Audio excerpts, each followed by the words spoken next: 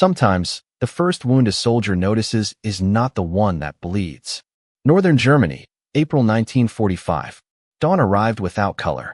A blanket of mist clung to broken stone walls, collapsed rooftops, and the hollow shells of houses that had once sheltered ordinary families.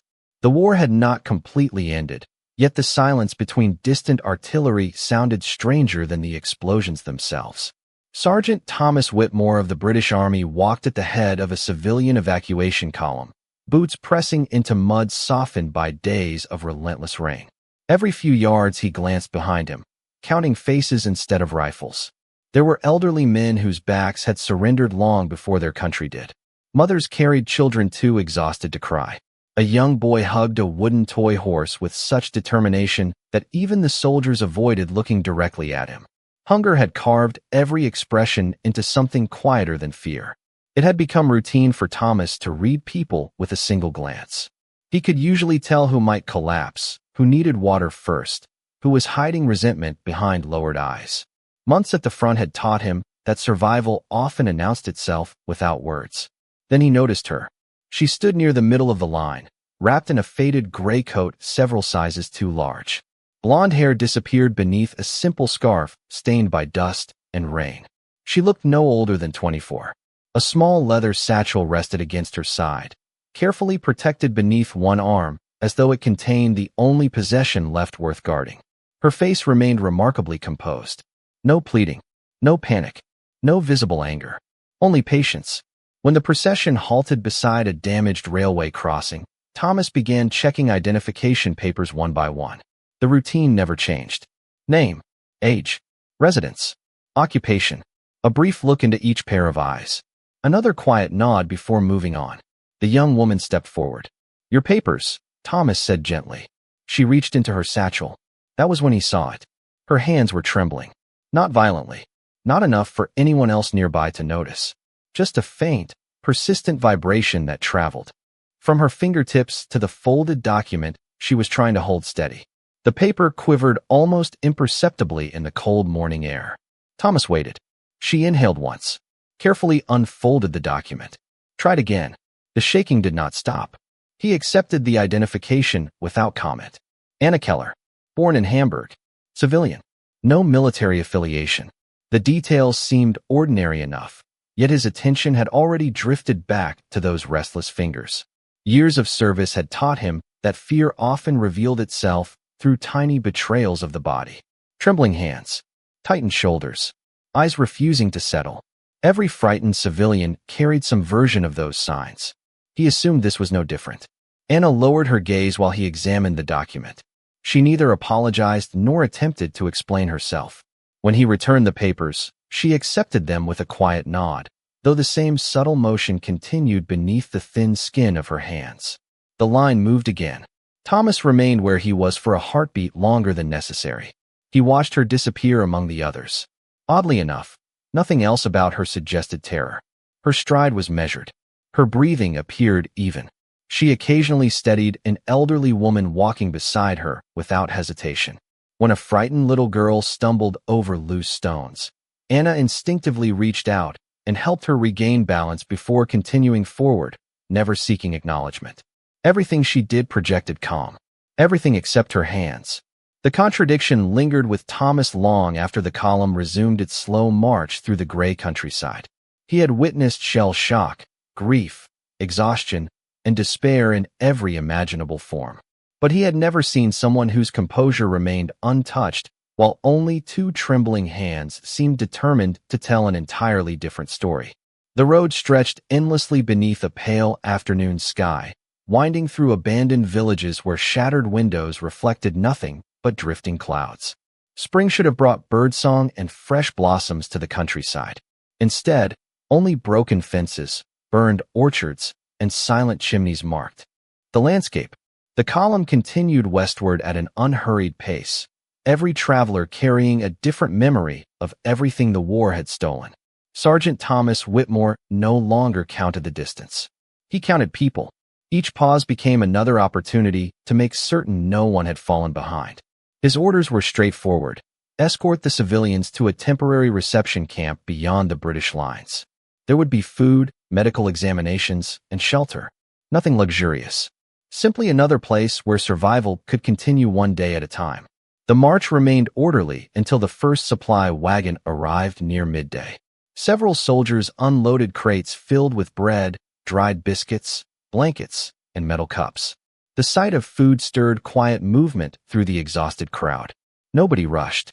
Months of hardship had taught restraint more effectively than discipline ever could. Thomas watched as each person accepted a modest portion before stepping aside. Then Anna approached the wagon. She thanked the corporal in careful English. Her pronunciation surprised him. Not polished, not hesitant, simply precise. She accepted a loaf with both hands, nodded once, and immediately turned away, not toward an empty place where she could eat alone, but toward an elderly woman struggling to remain upright. Without hesitation, Anna broke the bread into smaller pieces. The larger portion went to the older woman. The smaller remained for herself. No one seemed to notice. Thomas did. A few minutes later, another incident caught his attention. A little girl sat beside the road, quietly crying because one of her worn shoes had come apart. Her mother knelt beside her, trying unsuccessfully to tie the torn leather together with a strip of cloth. Before any soldier reacted, Anna crouched beside them. She opened her satchel. From inside, she removed a needle, a length of dark thread, and a tiny pair of scissors wrapped inside clean fabric. Her movements were deliberate, patient, almost practiced. She repaired the shoe with remarkable care, smoothing every stitch before returning it to the child. The little girl smiled for the first time that day. Anna smiled back, only briefly. Then she packed the sewing tools away as though nothing unusual had happened. Thomas found himself wondering what kind of civilian carried such things through a collapsing nation. Late that afternoon, the convoy reached a narrow wooden bridge spanning a shallow stream. One person crossed at a time while engineers inspected the aging structure. The delay forced everyone to wait. Some rested against nearby trees. Others filled canteens with cold water. Anna knelt beside the stream and rinsed dirt from her face. When she reached for her canteen, Thomas saw it again. The trembling. Exactly the same. Gentle. Constant. Almost rhythmic. Yet something refused to fit the explanation he had formed earlier. Fear usually came and went. It grew stronger during danger. It eased when safety returned. Her condition never changed. Whether she walked, shared food, repaired clothing, or simply reached for a cup of water, those restless fingers remained unchanged. Private Daniel Harris wandered over, watching the civilians from beneath his steel helmet. "Nervous one, isn't she?" he muttered quietly. Thomas kept his eyes on the stream. "So it seems. Probably frightened we'll send her somewhere unpleasant." "Perhaps." Neither man spoke again. Anna stood, tightened the strap across her shoulder, and gently helped the elderly woman across the bridge before crossing herself. She never looked toward the soldiers for reassurance. She never sought sympathy. She behaved as though caring for someone else required no explanation. Thomas felt an unfamiliar curiosity settle into his thoughts. The shaking no longer looked like panic. It looked older. Older than this march. Older than the surrender. Older, perhaps, than the final months of the war itself. For the first time since noticing her that morning, he stopped searching for signs of fear. He began searching for something entirely different. Morning faded into a gray evening as the evacuation column reached the edge of a deserted farming village. Smoke no longer drifted from the chimneys. Doors hung crooked on broken hinges. Abandoned wagons rested where frightened families had left them weeks earlier, their wooden wheels half buried in the soft earth. The war had passed through this place like a violent storm, leaving only fragments behind. Captain Edward Sinclair ordered a short halt before darkness settled across the fields. The civilians welcomed the chance to rest. Some leaned against cracked stone walls.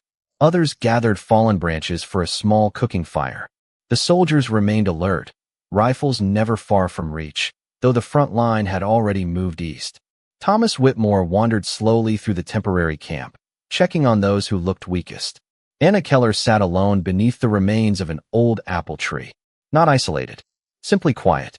She had removed the loaf of bread from her satchel and divided it once more. Half disappeared into the hands of a widower whose eyesight had nearly failed. Another piece went to a teenage boy recovering from a badly sprained ankle. Only after everyone around her had eaten did she keep the smallest portion for herself. Thomas watched from several yards away. She behaved as though generosity required neither witnesses nor gratitude. Private Daniel Harris eventually joined him. There she is again. Thomas followed his gaze. Daniel folded his arms. I've seen people shake like that before. So have I. They're usually terrified. Thomas remained silent. Daniel lowered his voice. Or hiding something. The remark lingered between them. During the occupation of liberated towns, British patrols occasionally discovered civilians carrying secret messages, stolen weapons, or false documents. Suspicion had become part of survival. Every unusual detail demanded attention. Thomas looked toward Anna once more. Nothing about her invited distrust. Children wandered near her without hesitation. An elderly couple smiled whenever she approached. Even frightened strangers instinctively accepted her help. None of it resembled deception. Yet those restless hands continued to challenge every conclusion. Later that evening, medical personnel established a small examination station inside the shell of an abandoned barn. Every civilian would receive a basic inspection before continuing toward the reception center. Names were called one after another. Cuts were cleaned, bandages replaced, temperatures checked. When Anna's turn arrived, she stepped forward without reluctance. A British nurse offered her a tin cup filled with warm broth. Anna accepted it. The liquid trembled. Tiny ripples spread across the surface before settling again. The nurse frowned. Are you cold? Anna offered a polite smile. A little. Nothing more. She lifted the cup carefully. Not a single drop spilled despite the continuous movement of her fingers. Thomas noticed something unexpected. Someone overcome by fear often struggled to coordinate every movement. Anna did not. Her grip remained precise. Her balance steady. Only the trembling itself refused to disappear. After finishing the examination, she thanked the medical staff and quietly resumed helping an elderly woman arrange blankets across the barn floor. No complaint escaped her lips. No request for assistance. She carried herself with a dignity that seemed untouched by exhaustion. That contradiction disturbed Thomas more than any obvious explanation could. Before retiring for the night, Captain Sinclair gathered the escort detail around a lantern. Remain observant, he reminded them. We've crossed difficult ground, but caution doesn't end with victory. Daniel nodded. Thomas did the same. Yet his thoughts had already drifted elsewhere. Not toward enemy soldiers. Not toward hidden dangers. Toward a young German woman whose conduct inspired trust while one unexplained detail continued to resist every assumption. As darkness settled across the ruined village, Thomas realized he had stopped wondering whether Anna feared the British Army. Instead, he found himself asking a far more unsettling question. What had happened to her long before they ever met? Rain arrived shortly before sunrise. Not the violent downpour that flooded roads and erased footprints, but a slow, steady curtain that settled over the countryside with quiet determination. Droplets gathered along fractured roof beams before falling through the open ceiling of the abandoned barn. Most of the civilians remained asleep beneath military blankets, grateful for a few uninterrupted hours away from marching. Thomas Whitmore had never slept well during campaigns. Years of service had trained his ears to recognize every unfamiliar sound. A loose shutter striking stone. A horse shifting its weight. Boots crossing wet ground. He stepped outside just as the camp began to stir. A field kitchen had already been assembled beside the road. Steam drifted upward from large iron pots where British cooks prepared thin oatmeal and hot tea. The familiar scent spread through the cold morning air, drawing tired faces from every corner of the shelter. One by one, civilians formed an orderly line. No shouting, no pushing, only quiet patience. Thomas accepted a mug from one of the cooks and stood nearby, watching the distribution. Anna joined the line near the end. Her coat had dried overnight, though traces of mud still marked the hem. Loose strands of pale hair escaped from beneath her scarf as the breeze swept across the open field. She greeted those around her with small nods rather than conversation. When her turn arrived, the cook handed her a metal bowl filled with oatmeal. She reached forward. The bowl slipped. For a fraction of a second it hovered between her hands before falling toward the ground. Thomas reacted instinctively. He caught it just before it struck the mud. The warm contents barely rippled. I'm sorry, Anna whispered. There is no harm done. He held the bowl while she adjusted her grip. Again he saw it. The movement. Gentle. Unrelenting. As she reached forward once more, her sleeve shifted slightly above her wrist. Thomas's eyes settled there without intention. Thin white scars crossed the inside of her wrist. Not one, several. Some faded almost completely. Others remained sharply visible despite the passing years. His gaze followed them farther toward her palm. More scars. Fine. Parallel. Old. None resembled fresh injuries. None suggested violence from a single event. They looked like marks left behind by years of repetitive strain, burns, pressure, and healing that had never fully restored the skin. Anna noticed where he was looking. Without embarrassment, she quietly lowered her sleeve. No explanation. No attempt to hide in panic. Simply a calm gesture that restored her privacy. Thomas handed back the bowl. Our apologies for the excitement. A faint smile crossed her face. It was my mistake. She stepped away toward the edge of the camp, where several children waited with empty cups. Instead of eating immediately, she knelt beside them and divided her breakfast into smaller portions. Only after every child had received something warm did she lift the spoon to her own lips. Thomas remained where he stood. Private Daniel approached carrying 2 mugs of tea. What happened? She nearly dropped her breakfast. Daniel shrugged. Happens. Thomas nodded absent-mindedly. It wasn't the bowl. What do you mean? He hesitated. I noticed scars. Daniel frowned. War leaves scars on everyone. These were different. Before Daniel could ask another question, a familiar voice interrupted them. Lieutenant Margaret Collins, the senior nursing officer attached to the convoy, walked toward the kitchen carrying a canvas medical case. She had spent months treating soldiers, refugees, and prisoners alike. Very little escaped her experienced eyes. Thomas glanced toward Anna, who was now helping one of the smallest children hold a spoon with both hands. Then he turned back to Margaret. There is someone I'd like you to observe, he said quietly. Not because he suspected a threat. Not because he doubted her story. But because the mystery surrounding those trembling hands no longer belonged to curiosity alone.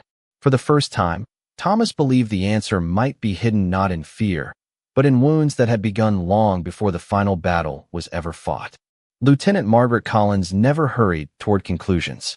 Years spent in military hospitals had taught her that the human body often carried memories the mind refused to speak aloud. She had treated pilots whose hands still reached for invisible controls while they slept, infantrymen who flinched at harmless sounds, and children whose silence revealed far more than tears ever could. Experience had replaced assumption with observation. She found Anna Keller sitting beneath the remains of a stone wall, carefully mending the sleeve of an elderly woman's coat. The needle moved with astonishing precision, yet the fingers guiding it never became still. Margaret approached with an easy smile. May I sit with you? Anna looked up. Of course. For several moments, neither woman spoke. The nurse accepted the quiet as naturally as conversation. Around them, soldiers dismantled the temporary kitchen while civilians prepared for another day's march.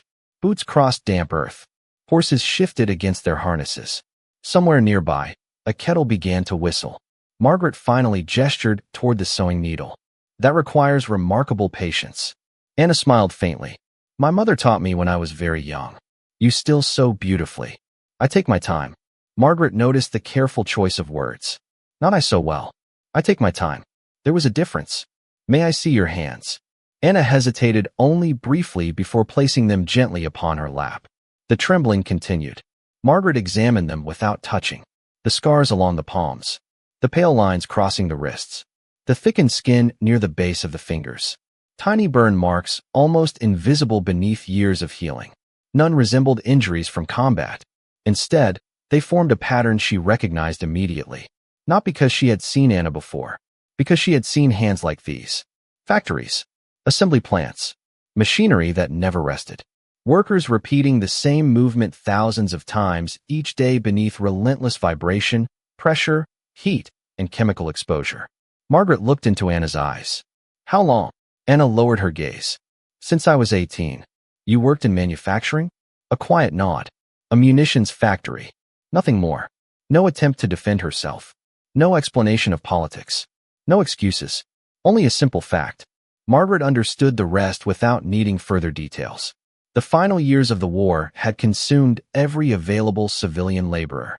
Young women across Germany had spent endless shifts producing shells, cartridges, detonators, and equipment inside deafening workshops where exhaustion became ordinary. Many carried permanent injuries long after the machine stopped. The trembling was not fear. It was damage. Years of microscopic trauma that the nervous system had never recovered from. Margaret closed her notebook. Does it hurt? Not as much as it used to. And the shaking? Anna glanced at her own hands with quiet familiarity. They forget how to rest. There was no bitterness in her voice. Only acceptance. Margaret felt an unexpected weight settle inside her chest. When she returned toward the command post, Thomas was waiting. He searched her expression before speaking.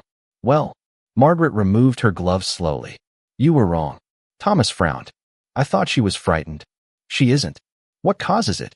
Margaret looked across the camp where Anna was helping two children fold blankets before the journey resumed. Years inside a munitions factory. Thomas remained silent. The vibration from industrial machinery, repetitive labor, constant strain, probably exposure to chemicals as well. Those injuries don't always disappear. He followed Anna with his eyes. So every time I thought she was afraid. Margaret finished the sentence for him. She was simply living with what the war had already done to her. No dramatic revelation echoed across the camp.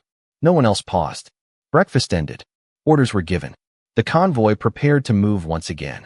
Only Thomas remained motionless beside the fading cook fire, staring toward the young German woman who calmly adjusted another child's scarf before lifting her worn satchel onto her shoulder. For the first time since meeting Anna Keller, he no longer saw trembling hands. He saw years that no victory parade could ever return. The convoy resumed its journey beneath a sky that seemed unable to decide between rain and sunlight. Thin beams broke through the clouds, illuminating patches of green fields before disappearing behind another layer of gray. Nature was beginning to reclaim the countryside, quietly covering the scars that armies had carved across it. Wildflowers emerged beside shattered roads. Birds returned to trees stripped bare only months before. Life moved forward without asking anyone whether they were ready. Thomas Whitmore walked several paces behind the civilians. Nothing around Anna Keller had changed. She still carried the same worn satchel. She still matched her pace to the slowest traveler. She still paused whenever an older refugee struggled over uneven ground. Only Thomas had changed. Until that morning, every tremor in her fingers had reminded him of fear. Now each movement spoke of endurance. The difference was impossible to ignore. A steep stretch of muddy road forced the group to slow almost to a standstill. Supply wagons struggled for traction while engineers searched for firmer ground. During the delay, several soldiers distributed canteens filled from a nearby spring. Thomas picked up two. As he approached Anna, she was attempting to fill an elderly man's flask from a heavy water container resting on a wooden cart. The container shifted unexpectedly. Its weight pulled against her hands. The familiar trembling became stronger. Before the metal vessel could slip away, Thomas stepped forward without a word and steadied it with one hand. Together they poured the water safely into the waiting flask. The old man smiled with quiet gratitude before continuing along the road. Anna looked toward Thomas. Thank you. It was nothing. For a brief moment, neither of them moved. There was no embarrassment, no awkwardness, only a shared silence that required no explanation. Thomas handed her one of the full canteens. You should keep this. She accepted it. I appreciate that. This time he noticed something different. She no longer tried to hide the movement in her fingers. Perhaps she had realized he understood. Perhaps she had simply grown tired of pretending otherwise. Either way, the invisible wall between soldier and civilian seemed slightly less rigid than before. As the march continued, Thomas began noticing details he had overlooked during previous days. Anna instinctively walked beside those who could not maintain the pace. She adjusted blankets slipping from children's shoulders. She translated simple English instructions for older refugees who understood nothing spoken by the British escorts. Whenever confusion arose, she calmed it before anyone else even recognized the problem. She asked for nothing, claimed nothing, expected nothing. Lieutenant Margaret Collins eventually caught up beside Thomas. You've been watching her differently. I suppose I have. Margaret smiled knowingly. Understanding usually changes where we choose to look. Thomas considered those words. I thought I was protecting these civilians. You are. I never realized how easily observation becomes judgment. Margaret glanced toward Anna, who was helping a little boy fasten a loose button while continuing to walk. War teaches people to suspect first. And peace. It asks something much harder. What is that? To see another person before seeing their uniform, their language, or the country written on their papers. The sentence lingered long after Margaret moved ahead to inspect another group. Thomas looked across the column once again. No medals identified Anna. No rank protected her. No speech defended her dignity. Everything she carried was visible only to those willing to notice what lay beyond first impressions. Late that afternoon, the road widened into open farmland, where sunlight finally pushed through the retreating clouds. Anna lifted her face toward the warmth for only a second before lowering her eyes and continuing beside the weary refugees. Her hands still trembled.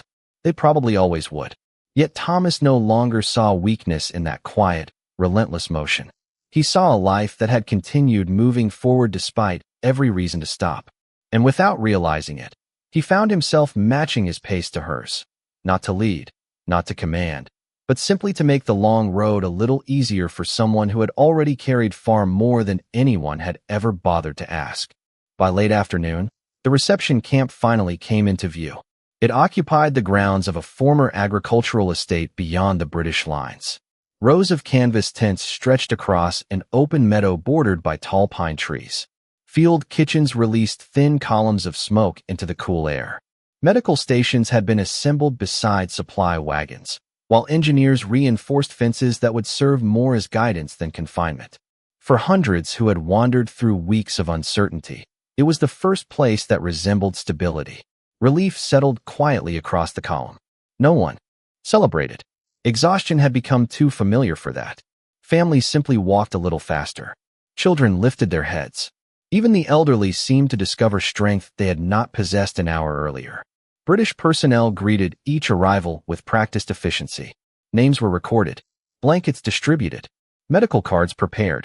The routine unfolded with remarkable order despite the number of refugees arriving throughout the day. Thomas Whitmore assisted near the registration tables. Every few moments his attention drifted toward the growing line of civilians waiting to receive their meal. Anna Keller stood among them. Nothing distinguished her from the others except the same calm expression she had worn since the beginning of their journey. When her turn arrived, a young kitchen volunteer placed a steaming enamel mug into her waiting hands. She thanked him softly. Then it happened. A small boy rushed between two adults while chasing a cloth ball someone had fashioned from scraps of fabric. He collided lightly with Anna's arm. The mug lurched sideways. Her fingers tightened instinctively. The trembling became impossible to hide. The hot drink slipped toward the ground. Without thinking, Thomas crossed the distance in 2 quick strides. His hand closed beneath the mug before it struck the earth. Only a few drops splashed onto the grass. The little boy froze. His face turned pale. "I'm sorry," he whispered. Anna immediately knelt to meet his eyes. "There is nothing to be afraid of." Her voice remained gentle. She smiled first at the child. Only afterward did she look toward Thomas. "Thank you." He handed the mug back carefully. "Our timing seems to improve."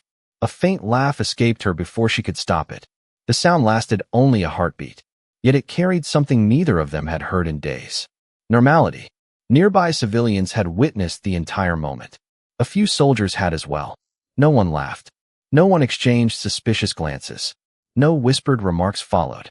Instead, one elderly refugee quietly reached for the child's hand and led him away without embarrassment. The young kitchen volunteer immediately filled another mug and placed it beside Anna's meal. He offered no explanation. He simply understood. Private Daniel Harris observed the exchange from several yards away. He walked over after Anna had moved toward a nearby bench. "I owe her an apology." Thomas looked at him. "For what?" "I thought those hands meant weakness." Thomas shook his head gently. "So did I." Daniel watched Anna help the same little boy settle onto the bench before placing half her bread beside him. "Funny thing." "What?" "I don't think I've seen anyone stronger since we crossed the border." Thomas followed his gaze. Strength. The word felt different now. Not measured by weapons. Not proven through victory. Measured instead by quiet choices repeated day after day without expecting recognition. As evening settled across the camp, lanterns began glowing between the tents. Conversations remained soft. Somewhere, someone started humming an old hymn. Anna sat beneath the fading light, sharing her meal with strangers whose names she would probably never learn.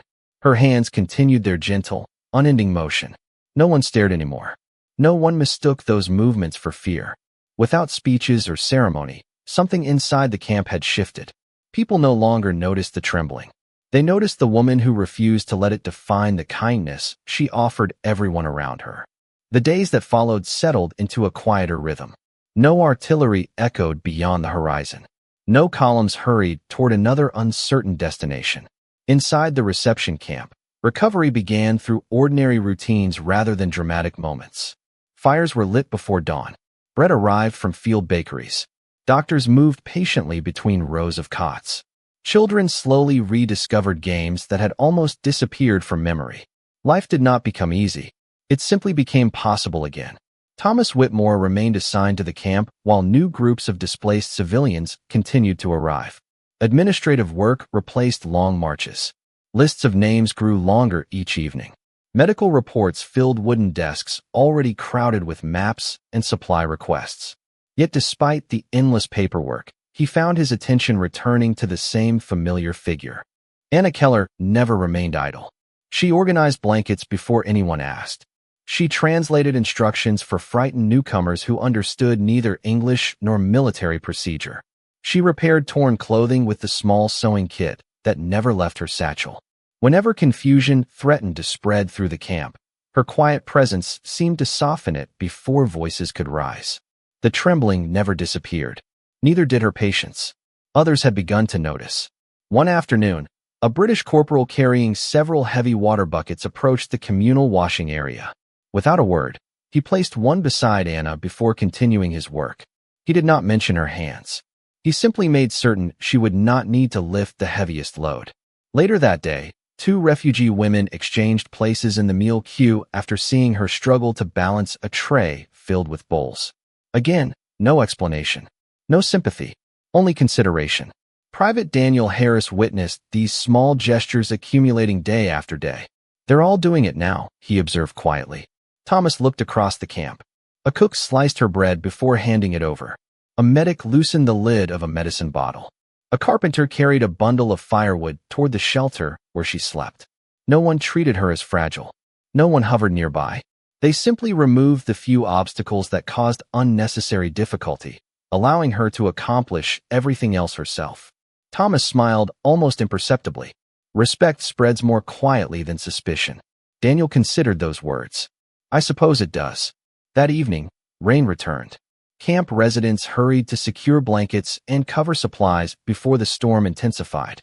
Strong wind caught one of the canvas tents, pulling several ropes loose from the soaked ground. People rushed forward together. Anna reached the nearest support line.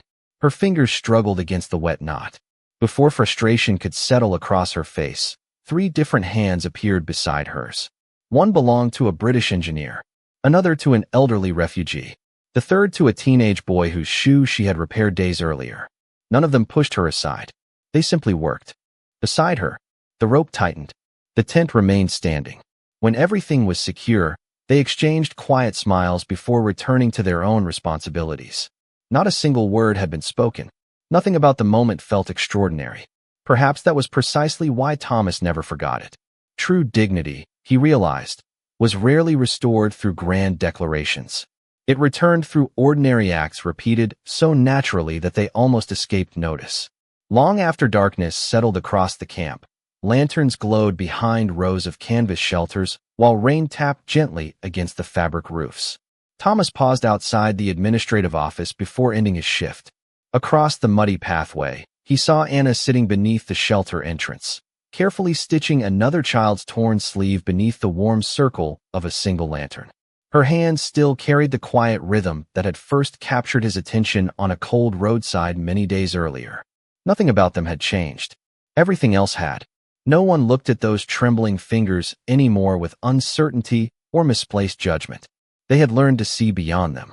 And in doing so, they had unknowingly returned something far more valuable than comfort.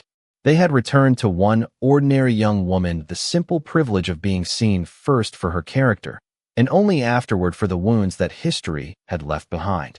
Many years later, People often asked Thomas Whitmore what he remembered most about the war. The question never changed. Neither did the answers they expected. They wanted stories about advancing armies, desperate battles, shattered bridges, medals pinned beneath bright flags, or the day peace finally arrived across Europe. Thomas could have spoken about all of those things. He had witnessed enough history to fill countless evenings. Instead, his thoughts always returned to a quiet country road in northern Germany and a young woman carrying a worn leather satchel. He remembered the trembling. Age had silvered his hair by then. The strength that once carried heavy equipment across muddy fields had long since faded. His military uniform rested carefully folded inside an old wooden chest, beside faded photographs and letters whose ink had begun to soften with time. One autumn afternoon, while sorting through those keepsakes, he found a small identification card. It was not his own. Someone had accidentally left it among the registration papers during those crowded days at the reception camp, and before it could be returned, the refugees had been transferred to different towns across occupied Germany. The name remained perfectly clear. Anna Keller. He sat quietly beside the window, holding the card between his fingers as rain traced gentle paths across the glass.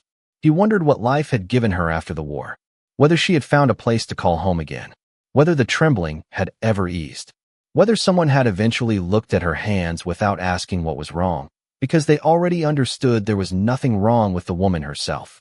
Some questions, he realized, were never meant to receive answers, only remembrance. Thomas often spoke to local schoolchildren during memorial events. Near the end of every visit, someone inevitably asked what courage looked like. The room usually became very still. He never mentioned weapons. He never described victories. Instead, he told them about a young German civilian who shared her bread before eating her own, who repaired a stranger's shoe with tired fingers, who comforted frightened children while carrying pain she never explained, who accepted kindness with quiet grace but never asked the world to feel sorry for her. Then he would pause, only for a moment, before offering the lesson that had taken him an entire lifetime to understand. The deepest wounds are not always the easiest to see. The students rarely spoke afterward. They simply listened, perhaps because they sensed the story had never truly been about one woman. It had been about the danger of believing that first impressions tell the whole truth. Outside, the seasons continued their endless cycle. Fields once scarred by trenches became farmland again. Villages were rebuilt. Children grew into grandparents. History moved steadily forward. Yet somewhere inside Thomas, one memory remained untouched by passing years. He could still picture Anna walking beside weary strangers beneath a gray spring sky, her hands carrying their quiet, relentless rhythm while her heart continued choosing compassion over bitterness. He had first noticed weakness. He had eventually discovered resilience. And in that discovery, he found something far greater than an explanation for trembling hands. He found a reminder that dignity often survives where comfort does not, that kindness asks for no audience, and that the strongest people are sometimes those whose burdens remain invisible to everyone except the few who choose to look beyond appearances. Because on that forgotten road, a British soldier did not simply learn why a young woman's hands trembled. He learned that the quiet ones are never truly ordinary.